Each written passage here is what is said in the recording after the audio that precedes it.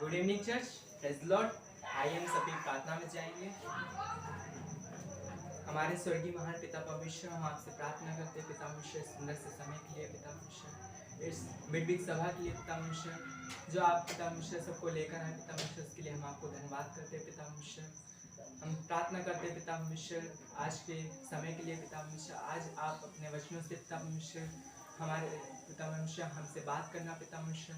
हम प्रार्थना करते हैं पिता परमेश्वर, जो भी संदेश हो पिता परमेश्वर, हमें बुद्धि ज्ञान समझ देना पिता परमेश्वर, कि उसको हम समझने पाए, मेडिटेट करने पाए पिता परमेश्वर। हम प्रार्थना करते हैं पिता परमेश्वर कि जो भी पिता परमेश्वर वर्शिप रहेगी पिता परमेश्वर, आराधना, हम प्रार्थना करते हैं हम सब दिल से आराधना करें पिता परमेश्वर, हृदय से पिता परमेश्वर आराधना करने पाए पिता परमेश्वर। हम प्रार्थना करते हैं सारी डिस्टर्बेंस आत्माओं को पिता परमेश्वर यीशु मसीह के नाम से दूर करते हैं पिता परमेश्वर। प्रार्थना करते सारी चीज़ों में आपकी अगुवाई रहे पिता परमेश्वर, आपकी प्रेजेंस को मांगते पिता परमेश्वर। हम प्रार्थना करते सारी बातों को हम आपके हाथों में देते प्रभु यीशु मसीह के नाम से मांगते हैं, आमीन। पूज्य मसीह की मिडवीक सर्विस में आप सभी का स्वागत है। आइए हम परमेश्वर की आराधना को करेंगे और कुछ गीतों को गाएंगे।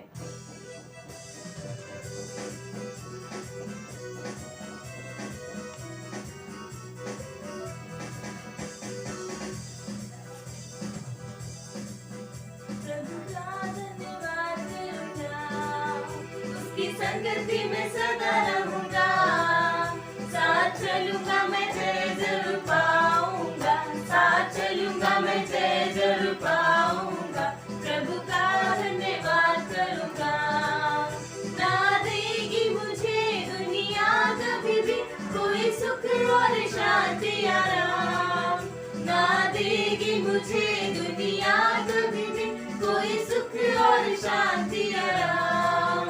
मेरे यीशु के साथ धन संगति में सदा मिलती खुशी मुझको, मेरे यीशु के साथ धन संगति में सदा मिलती खुशी मुझको। प्रभु का धन्यवाद करूंगा, उसकी संगति में सदा रहूंगा, साथ चलूंगा मैं जय जरूर पाऊंगा, साथ चलूंगा मैं जय जरूर पाऊंगा। प्रभु का धन्यवाद करूंगा, कितना अच्छा है वो, कितना धन्य है वो, यीशु ही मेरे जीवन का साथी। कितना अच्छा है वो, कितना धन्य है वो, यीशु ही मेरे जीवन का साथी। मेरी जरूरतों को पूरा करता है वो, कोई घटी नहीं मुझको, मेरी जरूरतों को पूरा करता है वो, कोई घटी नहीं मुझको। प्रभु का धन्यवाद करूंगा, उसकी संगति में सदा रहूंगा, साथ चलूंगा मैं जय जरूर पाऊंगा, साथ चलूंगा मैं जय जरूर पाऊंगा। प्रभु का धन्यवाद करूंगा, मेरी जिंदगी की हर परेशानी में खुल जाता है आशा का द्वार, मेरी जिंदगी की हर परेशानी में खुल जाता है आशा का द्वार। कभी ना हटूंगा, कभी ना डरूंगा, चाहे जान भी देना पड़े, कभी ना हटूंगा, कभी ना डरूंगा, चाहे जान भी देना पड़े। प्रभु का धन्यवाद करूंगा, उसकी संगति में सदा रहूंगा, साथ चलूंगा मैं जय जरूर पाऊंगा, साथ चलूंगा मैं जय जरूर पाऊंगा। प्रभु का धन्यवाद करूंगा, मेरी आयु के दिन पग पग में सदा तेरी सेवा को पूरी करूंगा, मेरी आयु के दिन पग पग में सदा तेरी सेवा को पूरी करूंगा। एक बत्ती समान जलता रहूंगा, तेरी महिमा मेरी कामना, एक बत्ती समान जलता रहूंगा, तेरी महिमा मेरी कामना। प्रभु का धन्यवाद करूंगा, उसकी संगति में सदा रहूंगा, साथ चलूंगा मैं जय जरूर पाऊंगा, साथ चलूंगा मैं जय जरूर पाऊंगा। प्रभु का धन्यवाद करूंगा,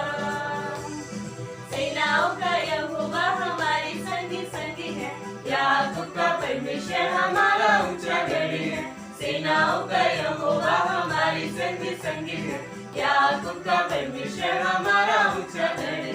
जिसने आकाश बनाया, जिसने पृथ्वी बनाई, जिसने आकाश बनाया, जिसने पृथ्वी बनाई, वो सर्वशक्तिमान प्रभु है, वो यहोवा हमारे संग संग है। वो सर्वशक्तिमान प्रभु है, वो यहोवा हमारे संग संग है। सेनाओं का यहोवा हमारे संग संग है, याकूब का परमेश्वर हमारा ऊंचा गढ़ है। सेनाओं का यहोवा हमारे संग संग है, याकूब का परमेश्वर हमारा ऊंचा गढ़ है। समंदर को जिसने डुबाया, जंगल में से मार को निकाला, समंदर को जिसने डुबाया, जंगल में से मार को निकाला, जो वायदे को करता है पूरा, वो यहोवा हमारे संग संग है। जो वायदे को करता है पूरा, वो यहोवा हमारे संग संग है। सेनाओं का यहोवा हमारे संग संग है, याकूब का परमेश्वर हमारा ऊंचा गढ़ है। सेनाओं का यहोवा हमारे संग संग है, याकूब का परमेश्वर हमारा ऊंचा गढ़ है।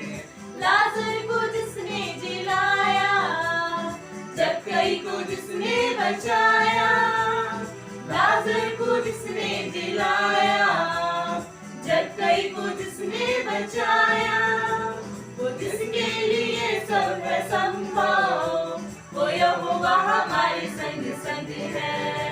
वो जिसके लिए सब है संभव, वो यहोवा हमारे संग संग है।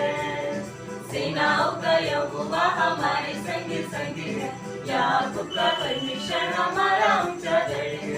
सेनाओं का यहोवा हमारे संग संग है, याकूब का परमेश्वर हमारा ऊंचा गढ़ है। याकूब का परमेश्वर हमारा ऊंचा गढ़ है। हाँ पिता, धन्यवाद देते हैं आप पिता परमेश्वर हमारा ऊंचा गढ़ है पिता। हम धन्यवाद देते हैं आपका, हम धन्यवाद देते हैं पिता। आपने हमें शून्य से लेकर चुना है पिता।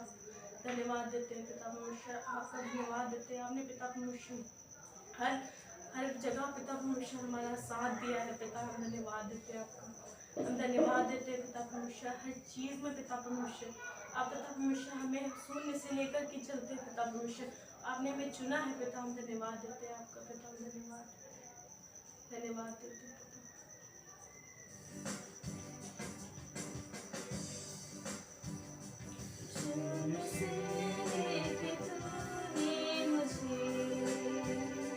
रच लिया अपने ही रूप में, प्रेम किया है अनंत प्रेम से, दिया पुत्र मेरी मुक्ति के लिए। शून्य से लेके तूने मुझे रच लिया अपने ही रूप में, प्रेम किया है अनंत प्रेम से, दिया पुत्र मेरी मुक्ति के लिए। अनोखा प्यार है तेरा, करूँगा स्तुति तेरी मैं सर्वदा। अनोखा प्यार है तेरा, करूँगा स्तुति तेरी मैं सर्वदा। जग में आया यीशु स्वर्ग छोड़कर, मेरा सारा दंड सह लिया उसने। कोड़े खा के क्रूस उठाया यीशु ने, मुझे मुक्ति और चंगाई दे दी है। जग में आया यीशु स्वर्ग छोड़कर, मेरा सारा दंड सह लिया उसने। कोड़े खा के क्रूस उठाया यीशु ने,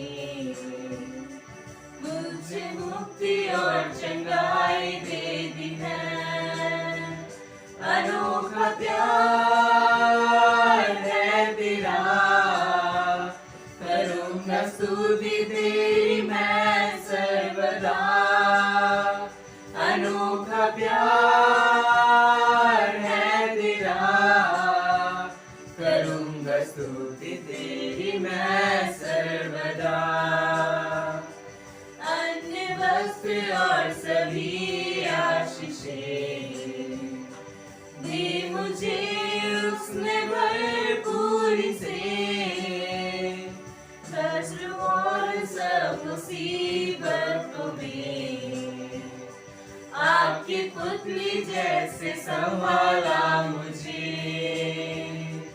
अन्न वस्त्र और सभी आशीषें दी मुझे उसने भरपूरी से।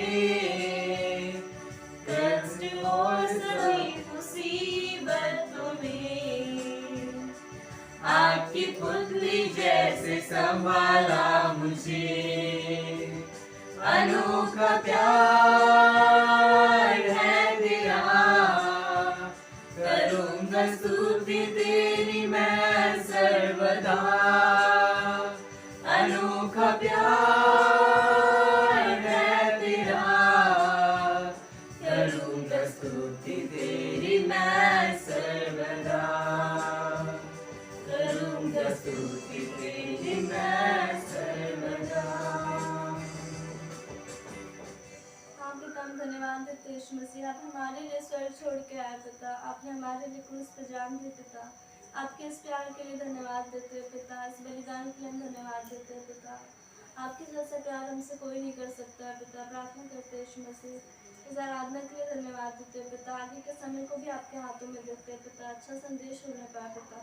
ऐसे हम प्रार्थना करते हैं पिता, प्रार्थना यीशु मसीह के नाम से मांगते हैं, आमीन। प्रेज़ लॉर्ड, प्रभु का धन्यवाद करेंगे ये एक बार फिर से इसने हमें मौका दिया। आइए हम सभी वचन में चलेंगे। आज का जो हमारा टॉपिक है वो है कि हमारे जीवन में जब आंधी आएगी तो हम क्या करेंगे और हमारी आशा किस पर है। वचन में जाएंगे पेतों के काम उसका 27 अध्याय, पेतों के काम उसका 27 अध्याय उसका 13वां वचन से देखेंगे। यहाँ पे एक कहानी दी गई है कि यहाँ पे कुछ लोग हैं जो पौलुस को बंदी बनाकर रोम की ओर लेकर जा रहे हैं। और जब बंदी बनाकर लेकर जा रहे हैं तो वहाँ पर रास्ते में वहाँ पे समुद्र में वो नाव के साथ जा रहे हैं। तो क्या होता है कि रास्ते में आंधी आती है तो उस नाव हिलने डुलने लगती है और वो काफ़ी सारी परिस्थितियों का सामना करते हैं। तो पढ़ेंगे हम उसका 18वां वचन।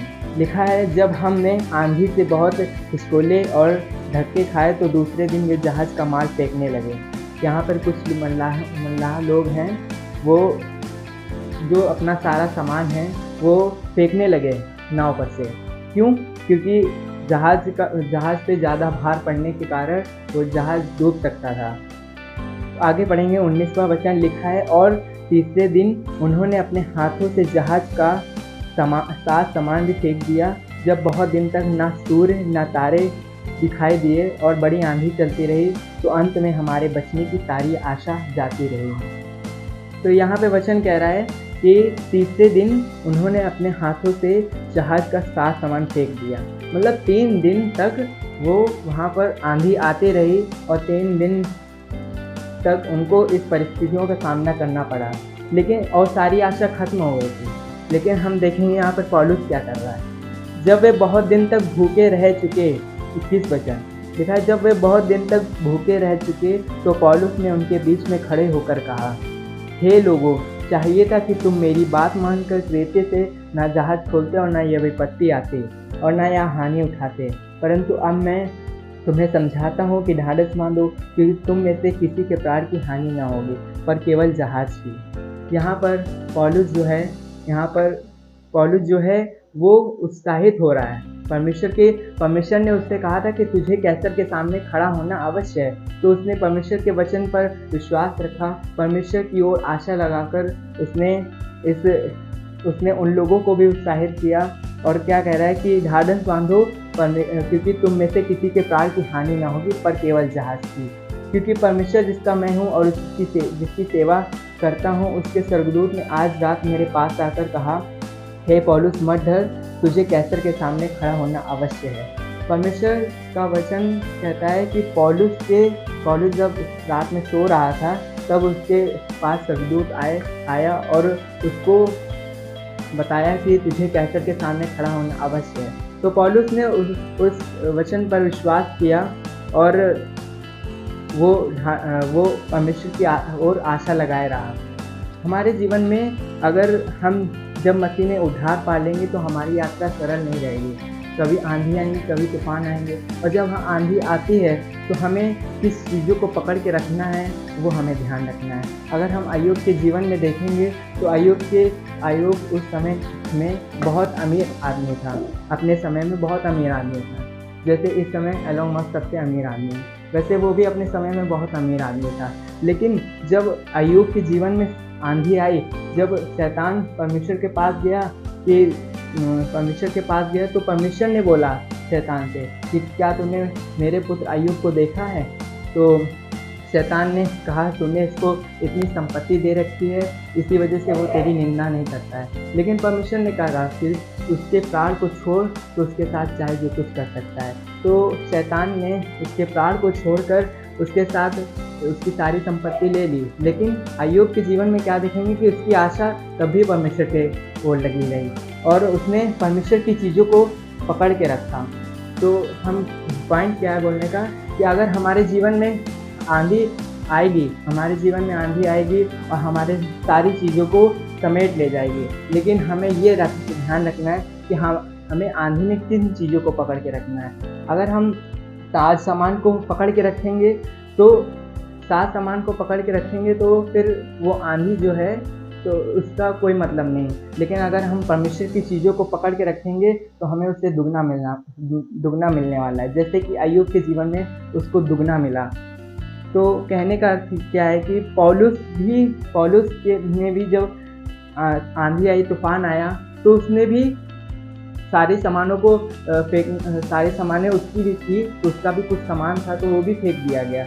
लेकिन वो परमेश्वर की चीज़ों को, वो परमेश्वर के वचनों को पकड़ के रखे रहा। तो हमें भी अगर हमारे जीवन में कभी भी आंधी आती है और आंधी आने दीजिए, अगर सारे सामानों को समेट ले जाने दीजिए, लेकिन हमें परमेश्वर की चीज़ों को, परमेश्वर के वचनों को पकड़ के रखना है यही, और हमारी आशा परमेश्वर पे होनी चाहिए।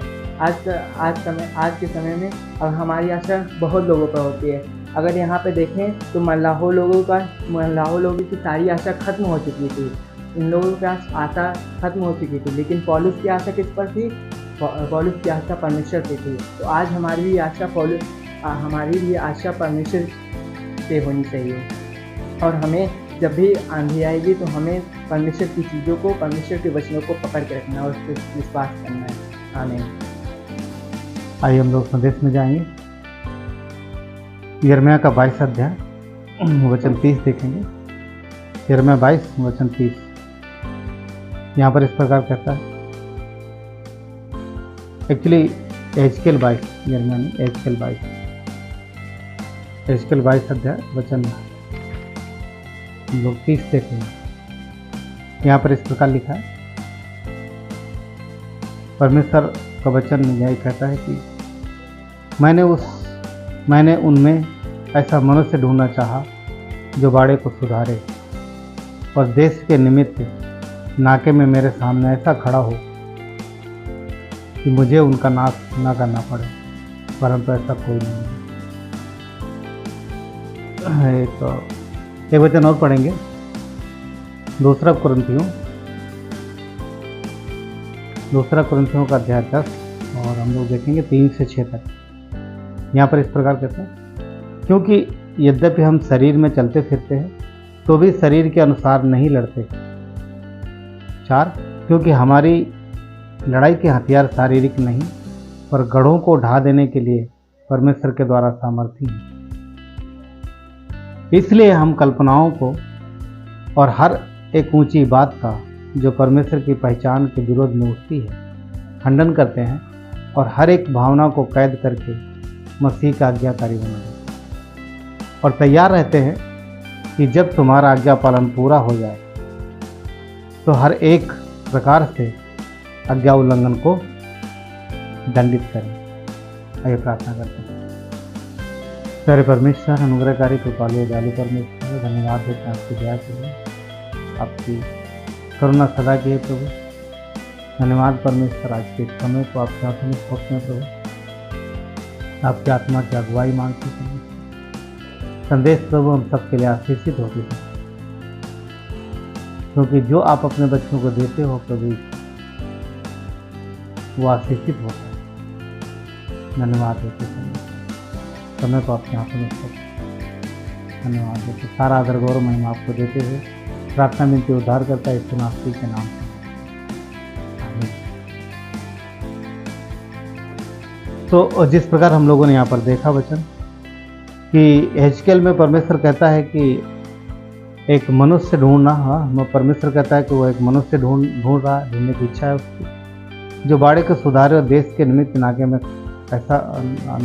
मेरे सामने ऐसा खड़ा हो कि मुझे उनका नाश ना करना पड़े। यहाँ पर हम लोग देख सकते हैं कि एक व्यक्ति जो उस जगह खड़ा हो जहाँ परमेश्वर की इच्छा है, कि ऐसी जगह खड़ा हो जो कि मतलब नाके में खड़ा हो, जो मेरे सामने खड़ा हो, नाके में मेरे सामने खड़ा हो, जिससे मुझे उनका नाश ना करना पड़े, और जो बाड़े को सुधारे, बाड़े को सुधारे। तो परमेश्वर, इस अध्याय को अगर आप पढ़ोगे तो इस हिस्से को तो आपको मिलेगा कि इजरायली यानी परमेश्वर के उन लोगों ने परमेश्वर के विरुद्ध पाप किया है और अन्याय किया है, आपस में अन्याय करते हैं, और जो परमेश्वर ने मना किया था उन कामों को करते हैं, और लोग परमेश्वर से दूर चले गए। तो यहाँ पर एक व्यक्ति चाहिए परमेश्वर को जो परमेश्वर के लिए खड़ा रहे, उन लोगों के लिए। और हम जानते हैं कि ये एक व्यक्ति वो व्यक्ति है जो परमेश्वर की ओर से पापी लोगों के बीच में खड़ा रहता है, और वो परमेश्वर का सुसमाचार बताता है, परमेश्वर के प्रेम को बताता है, परमेश्वर की इच्छा को बताता है। और हम जानते हैं कि ये व्यक्ति एक ही है जो परमेश्वर और मनुष्य के बीच में खड़ा हुआ। मसीह यीशु की बात हो रही है। यीशु मसीह आया और पूरे संसार के लिए, क्योंकि संसार ने पाप किया है, परमेश्वर पवित्र है, दोनों का मेल नहीं हो सकता, इसलिए यीशु बीच में आया। अब वो पापी मनुष्य मसीह यीशु के द्वारा परमेश्वर से मिले, तो यीशु आया, बीच में खड़ा हुआ, उसने बाड़े को सुधारा, जो समस्या थी, जो प्रॉब्लम थी, उसने यीशु ने ठीक किया। और अब जबकि मसीह स्वर्ग में, तो हर व्यक्ति जो यीशु पर विश्वास करता है आज उसे स्थान पर खड़ा हो, क्योंकि यीशु ने यही कहा मत्ती 28 में, जाओ पूरे संसार में जाओ, हर एक जाति में जाओ और सबको बताओ मेरे प्रेम की विषय। जो एक्सेप्ट करेगा वो उद्धार पाएगा। जिस विषय में बात कर रहे हैं वो है बाड़े को सुधारना, अपने शहरपना को मजबूत करना। इस विषय में बात हो रही है। यहाँ पर क्या कहता है कि परमेश्वर एक मनुष्य ढूंढा जो बाड़े को सुधारे, और हम जानते हैं कि इस विषय में परमेश्वर ने काफ़ी चीज़ें बोली। पुरंथियों में जो हम लोगों ने देखा कि हमारी जो लड़ाई है वो शारीरिक नहीं, आत्मिक।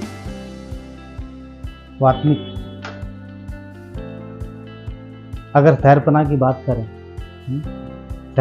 बात करें अगर, तो पुराने समय में शहर जो होते थे, उनके चारों ओर एक दीवार बनाई जाती और दीवार काफ़ी ऊंची होती थी। ऊंचाई की वजह से शहर अंदर जो है वो सुरक्षित रहता था। और जिस शहर में शहरपना होती थी, जो गढ़ वाले नगर होते थे, वो काफ़ी हद तक सुरक्षित होते थे, क्योंकि उस दीवार की वजह से दुश्मन अंदर जा नहीं पाते, और वो लोग दीवार के ऊपर से बड़ी आसानी से दुश्मनों का शिकार कर सकते। तो शहरपना ऊंची और मजबूत होती, जो सुरक्षा को प्रकट करती। और अगर हम देखें तो यरीहो का नाम हमेशा माइंड में आता है, हाँ, कि यरीहो एक शहरपना वाला नगर था, चारों तरफ से शहरपना थी, गढ़ वाला नगर था, और वो अपने आप को सुरक्षित महसूस करते थे। यरीहो के विषय में अगर देखेंगे तो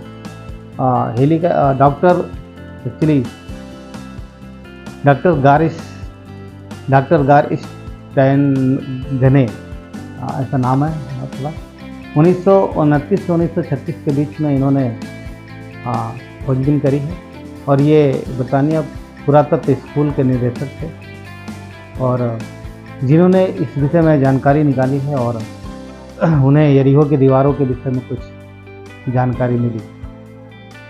कहते हैं कि वो 2 दीवारों से घिरा हुआ शहर था, एक दीवार बीच में गैप, फिर एक दीवार। तो 2 दीवारें थी। बाहरी दीवार जो है, जो पहली जो स्टार्टिंग वाली दीवार थी, वो बोलते 6 फीट की मोटी थी, बीच में 15 फीट का गैप था। दूसरी दीवार 12 फीट मोटी थी, 12 फीट मोटी दीवार, 6 फीट, 15 फीट का गैप, 12 फीट, और हाइट जो है ऊंचाई वो 30 फीट थी। तो 30 इस तरीके से 2 दीवारें थी, बीच में 15 फीट का गैप था और दोनों दीवारों की जो ऊंचाई है लगभग 30 फीट की थी और ऊंचाई के ऊपर जो मकान थे, इधर दीवार बीच में गैप है, तो लकड़ियाँ वगैरह से रख करके वो मकान बनाए थे। कई सारे गरीब जो गरीब लोग होते थे उनको ऐसा बाहर मकान उनके होते थे। और हम जानते हैं कि राहब के विषय में जब बात होती है तो राहब का भी घर ये दीवारों के ऊपर, दीवारों के राहब ऊपर था, राहब का घर भी ऊपर बना हुआ था। और हम देखते हैं कि इस शहर सुरक्षित है, मगर जब यहाँ पर जब इजरायली पहुँचते हैं, आप देखो तो सिर्फ राहब को छोड़ के और किसी का भरोसा परमेश्वर पे नहीं था। सब डरे हुए हैं, परंतु राहब निश्चिंत। क्यों? क्योंकि उसका भरोसा उस शहर बनाते नहीं, उसका भरोसा उस परमेश्वर पर, जो इजरायलियों का परमेश्वर। उन भेदियों को उसने विश्वास से बचाया। अब वो परमेश्वर पर भरोसा करती है और उसे वादा भी दिया गया कि जब वो आएंगे तो उसे छोड़ा जाएगा। और हम सब जानते हैं कि वो दीवारें गिरी, आराधना और प्रार्थना के द्वारा वो दीवारें गिर गईं, और परंतु राहब का जो घर है वो बचा रहा, राहब का घर बचा रहा। पूरे शहर में सिर्फ राहब ही थी जिसने उस दीवारों पर भरोसा नहीं रखा कि दीवारें शहर की है, मैं बचाएंगी। बाकी सब ने रखा पर वो दीवारें उन्हें बचा नहीं पाई, पर राहब और उसका परिवार बचा। और बहुत अद्भुत बात है कि पूरे शहर की दीवारें गिर जाती हैं, परंतु वो हिस्सा नहीं गिरता है जहाँ पर राहब का घर होता है।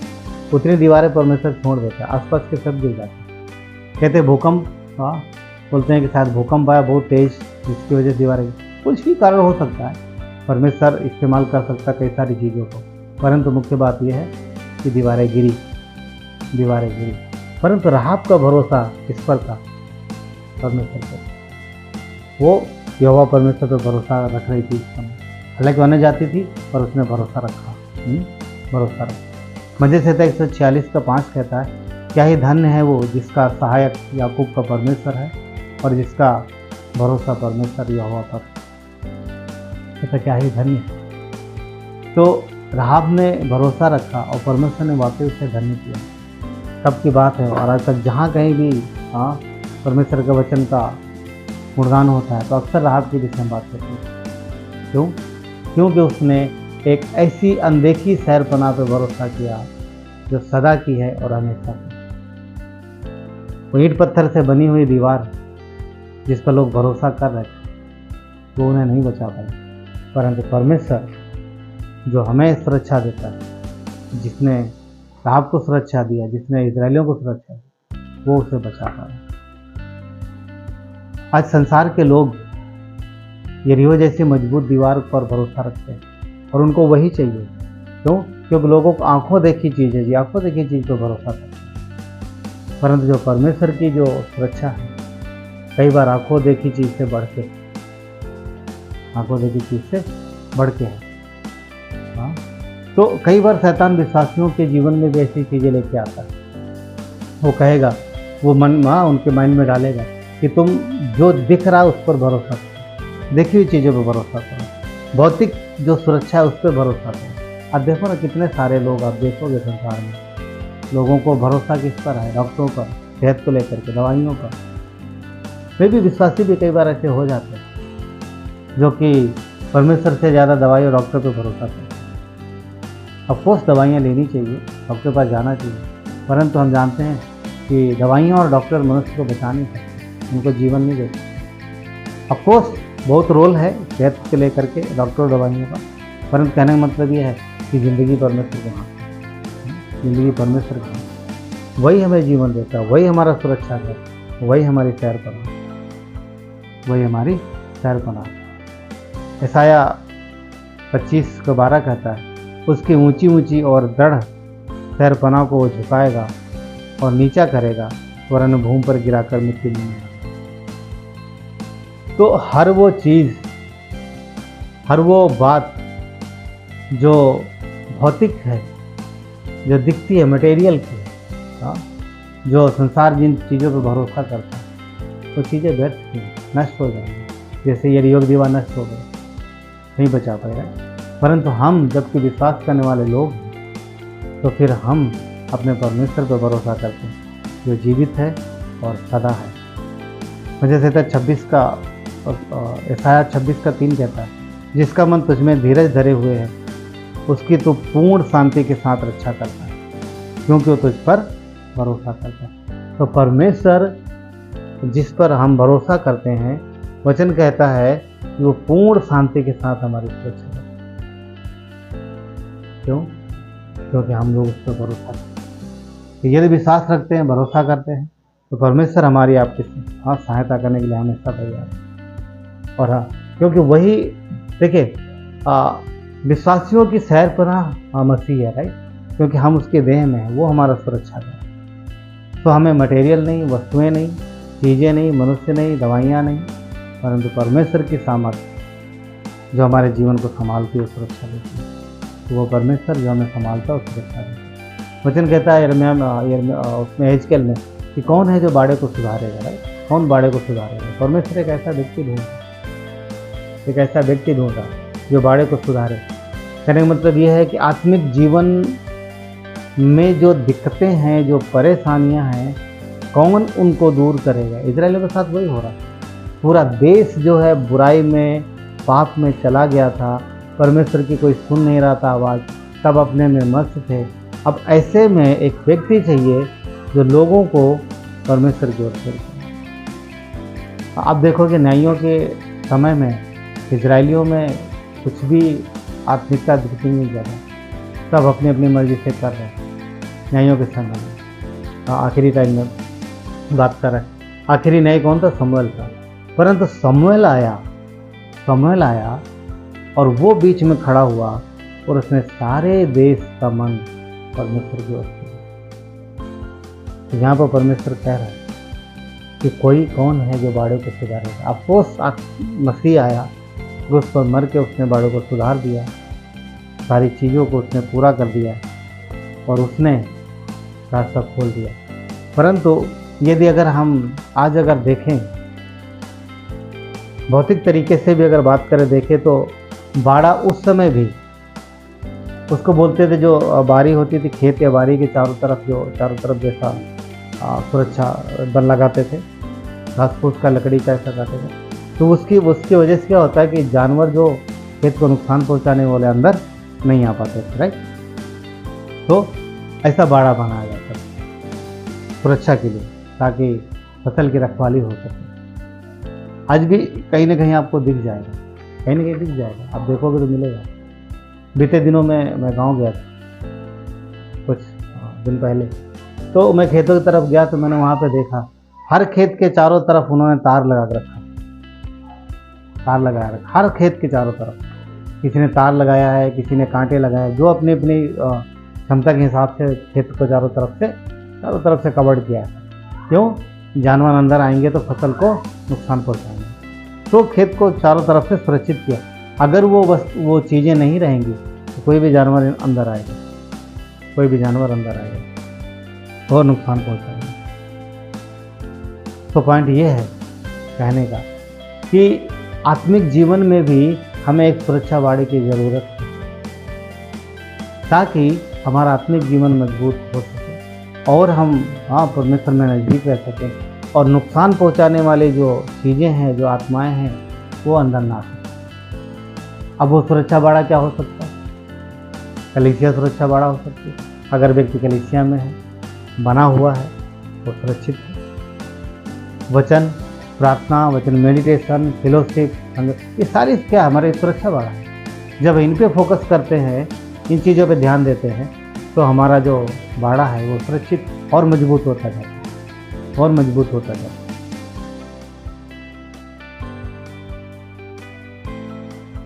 तो पॉइंट ये है कि जैसे अभी मैंने खेत की बात की, तो जो खेत है, खेत का मालिक या स्वामी जो भी, वो उसकी रिस्पॉन्सिबिलिटी लेता है, उसके चारों ओर बाड़ा बांधे, खेत का मालिक जो है। तो यहाँ पर आत्मिक जीवन में हमें और आपको स्वयं की रिस्पॉन्सिबिलिटी लेना चाहिए कुछ चीज़ों की, क्योंकि परमेश्वर की इच्छा है कि हमारा आत्मिक जीवन मजबूत, हमारा आत्मिक जो बारे वो मजबूत, पर इसके लिए हमें और आपको रिस्पॉन्सिबिलिटी यानी जिम्मेदारी मीन्स हमें आपको भी मेहनत करने की ज़रूरत है, सावधान रहने की ज़रूरत है। पहली बार ये मनुष्य के जीवन में पहली बार आदम की बारी में ये बाड़ा टूटा, जहाँ पर मनुष्य ने परमेश्वर की इच्छा का उल्लंघन किया, और हम जानते हैं कि वहाँ पर पाप हुआ। और वो पशु अंदर आया। पशु कौन? शैतान, क्योंकि परमेश्वर का वचन शैतान को पशु भी बोलता है। पहली बार वो पशु अदन के बगीचे में घुसा और मनुष्य के जीवन में आ गया। क्यों? मनुष्य की स्वेच्छा की वजह से शैतान ने अभिलाषा को बढ़ावा दिया, और मौका देख करके उसने इंसान को पाप में गिरा दिया। पाप में गिरने के बाद में मनुष्य उसके कब्जे में हो गया। तब से लेकर के आज तक शैतान हर मनुष्य को उसकी अभिलाषा में फंसाता है और उसके सुरक्षा बाड़े को नष्ट करने की कोशिश करता है। तो हमें और आपको इसमें सावधान रहने की ज़रूरत है, क्योंकि वो सुरक्षा बाड़ा ज़रूरी है हमारे आपके जीवन के लिए, और उसका मजबूत रहना भी ज़रूरी है। और इस चीज़ में हमें और आपको परमेश्वर के वचन की, फेलोशिप की, इन सब चीज़ों की बहुत ज़रूरत है, क्योंकि जो लड़ाई है वो शारीरिक नहीं है। यरीहो में हमने देखा दीवारें रियल में थी, वो फिजिकली लड़ाई थी, परंतु आत्मिकता से जीती गई। आज हमारी आपकी जो लड़ाई है वो फिजिकली नहीं है, तो शारीरिक नहीं, भौतिक नहीं है, वो आत्मिक लड़ाई है। और आत्मिक लड़ाई में हमें आत्मिक हथियारों की भी आवश्यकता पड़ती है। दूसरा कोरिन्थियों 10:4 कहता है, क्योंकि हमारी लड़ाई के हथियार शारीरिक नहीं है, पर गढ़ों को ढा देने के लिए परमेश्वर द्वारा सामर्थ्य है। तो आत्मिक जो लड़ाई है वो आत्मिक है, तो हथियार भी आत्मिक ही चाहिए, और वो हथियार ऐसे हैं कि जो वो तक गढ़ों को ढा देते हैं। और हम सब जानते हैं आत्मिक हथियार किसी में बात कर रहा है, धार्मिकता की जेलम, सुसमाचार पाँव के जूते, विश्वास की ढाल, उद्धार का तोप, आत्मा की तलवार है, ये सारे हैं जो परमेश्वर का वचन और प्रार्थना है।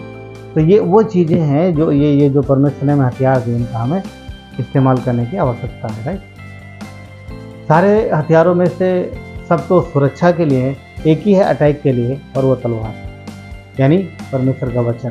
तो हमें वचन को ज़्यादा से ज़्यादा अपने माइंड में रखना है, क्योंकि हर समय आप पवित्र शास्त्र को लेके घूमेंगे नहीं, तो आपके माइंड में, आपके हृदय में वो होने चाहिए, जहाँ पर आप इस्तेमाल कर सकते हैं शैतान के खिलाफ। दूसरा पत्रस 3:17 कहता है, इसलिए है प्रियो, तुम लोग पहले से इन बातों को जानकर चौकस रहो, ताकि अधर्मियों में फंसकर अपनी स्थिरता कहीं हाथ से खो ना दो। तो पत्रस यहाँ कह रहा है कि कहीं जो तुम स्थिर हो, अपनी जो धार्मिकता है वो अधर्मियों के साथ रह करके कहीं खो ना दो या कम ना हो जाए, राइट। दूसरा पत्रस 3:18 कहता है, पर हमारे प्रभु और उद्धारकर्ता यीशु मसीह के अनुग्रह और पहचान में बढ़ते जाओ। तो क्या कह रहा है कि मसीह की पहचान में, उसके अनुग्रह में, उसके प्रेम में, उसके स्वभाव में हमें बढ़ते रहने की आवश्यकता है।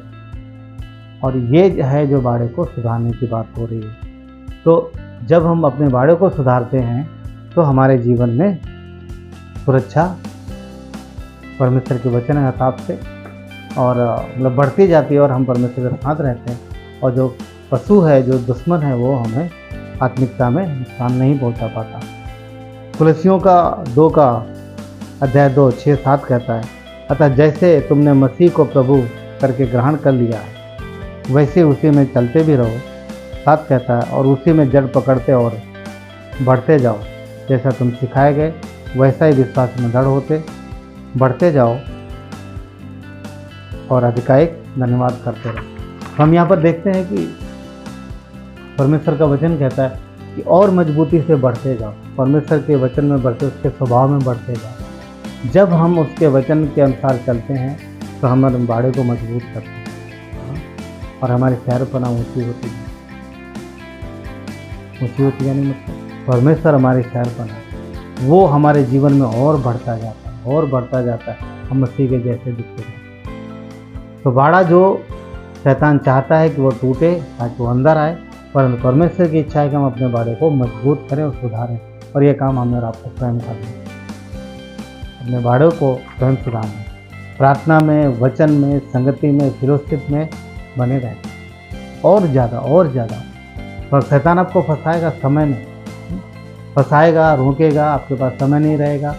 आप कभी प्रार्थना करने बैठेंगे तब दिक्कत होगी, कोई ना कोई आएगा, या कुछ भी वचन के साथ समय बिताएंगे तो शायद कोई ना कोई प्रॉब्लम।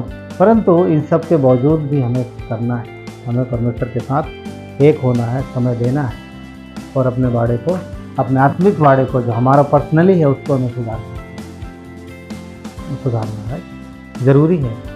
क्योंकि ग्रंथियों में क्या लिखता है, पौलुस ने क्या लिखा कि वो हर एक सोच को, हर एक नकारात्मक सोच को, हर एक अभिलाषा को बोलता है कि मैं कैद करता हूँ। तो नकारात्मक चीज़ें जो आती हैं वो सब मसीह के हवाले करता है और बोलता है कि हमें आगे बढ़ते रहना। तो यदि जब हम ऐसा करते हैं तो हमारी सैरपना और ऊंची होती जाती है और हम मसीह के जैसे होते जाते हैं, जो कि हमारे आप के लिए मसीह जो क्रूस पर मरा, हम इसलिए मरा कि हम उसके जैसे होते हैं।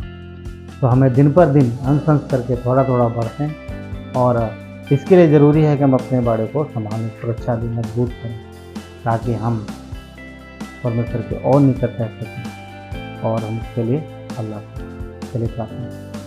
प्यारे परमेश्वर, धन्यवाद देते हैं आपका अनुग्रह का दया के लिए, उसकी महिमा हो। सर्वशक्तिमान परमेश्वर, राजाओं का राजा, धन्यवाद देते हैं प्रभु। एक ऐसा मनुष्य आप ढूंढो जो बाड़े को सुधारे। धन्यवाद प्रभु कि आपने परमेश्वर की योजना को पूरा किया, आपने उस टूटे हुए बाड़े को हमेशा के लिए सुधार दिया। परंतु फिर भी प्रभु यीशु, हमारा स्वयं का जीवन जो है आत्मिक जीवन है प्रभु, और उसकी सुरक्षा परमेश्वर आप चाहते कि हम करें। तो प्रभु प्रार्थना करते हैं हर एक को सामर्थ देना परमेश्वर की तरफ प्रभु, और आपके प्रेम को, आपकी इसी बातों को, योजना को और गहराई से जान सकें, ताकि प्रभु यीशु हमारी सैरपना जो कि आप हो परमेश्वर, आप हमारे अंदर और बढ़ते जाओ, हम आपके जैसे दिखें। हर एक व्यक्ति प्रभु आपके जैसा दिखे जो आप पर भरोसा करते। धन्यवाद देते हैं, आपकी नहीं धन्यवाद। सारा आदर गौरव में आपको देते हुए प्रार्थना मिलते उद्धार करता है, इसमें आपसे